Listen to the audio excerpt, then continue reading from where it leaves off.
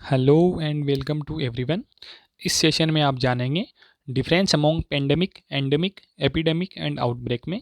तो चलिए शुरू करते हैं विद एंडेमिक। एंडेमिक या स्थानक, जैसा कि नाम से प्रतीत होता है, it belongs to a particular region. Endemic is something that belongs to a particular people और country. It has constant presence in a particular area.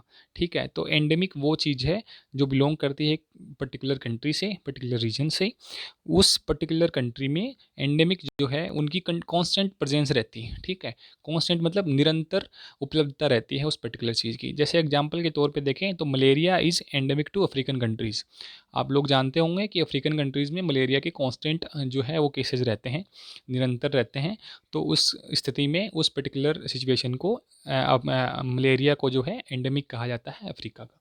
ठीक है, कांस्टेंट प्रेजेंस। ठीक है, जब वो कांस्टेंट प्रेजेंस जो है उस जो केसेस की है वो जब बढ़ने लगती है, ठीक है, एंटिसिपेशन जो है, जो पूर्वानुमान लगाया जाता है कि कितने केसेस नॉर्मली रहते हैं, उससे एंटिसिपेशन से अगर केसेस की संख्या जो है ज़्यादा बढ़ने लगे, और या फिर जो नए एरिया हैं जहाँ पे पहले केसेस बिल्कुल भी नहीं थे वहाँ पे भी अगर केसेस मिलने लगे, तो उस सिचुएशन को जो है कहा जाता है आउटब्रेक। ठीक है, अगर आउटब्रेक को जल्दी ही नहीं रोका जाए तो ये आगे चल के एपिडेमिक का रूप ले लेती है। ठीक है, तो एपिडेमिक क्या होता है?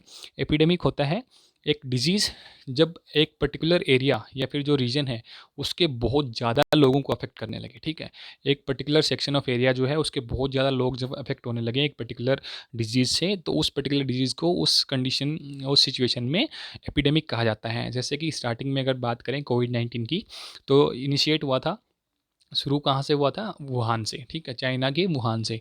तो उस पर्टिकुलर सिचुएशन में, उस पर्टिकुलर टाइम में कोविड-19 को एपिडेमिक माना जाता था वुहान का। ठीक है, लेकिन उसके बाद में ये और बाकी फैला, चाइना के बाकी राज्यों में भी फैला, और बाकी धीरे-धीरे चलते कंट्रीज़ और कॉन्टिनेंट्स में भी फैल गया। तो जब कॉन्टिनेंट्स में फैल गया तो उस स्थिति में कोविड-19 को अब पेंडेमिक कहा जाता है। ठीक है, तो जब कोई डिजीज़ मल्टीपल कंट्रीज़ या फिर कॉन्टिनेंट में फैल जाता है तो उस सिचुएशन में वो पेंडेमिक कहलाने लगता है। तो पेंडेमिक, एंडेमिक आपको समझ में आ गया होगा, आउटब्रेक भी समझ में आ गया होगा, और एपिडेमिक भी समझ में आ गया होगा। Thank you so much, that is all. If you like the video then press the like button, please share and subscribe.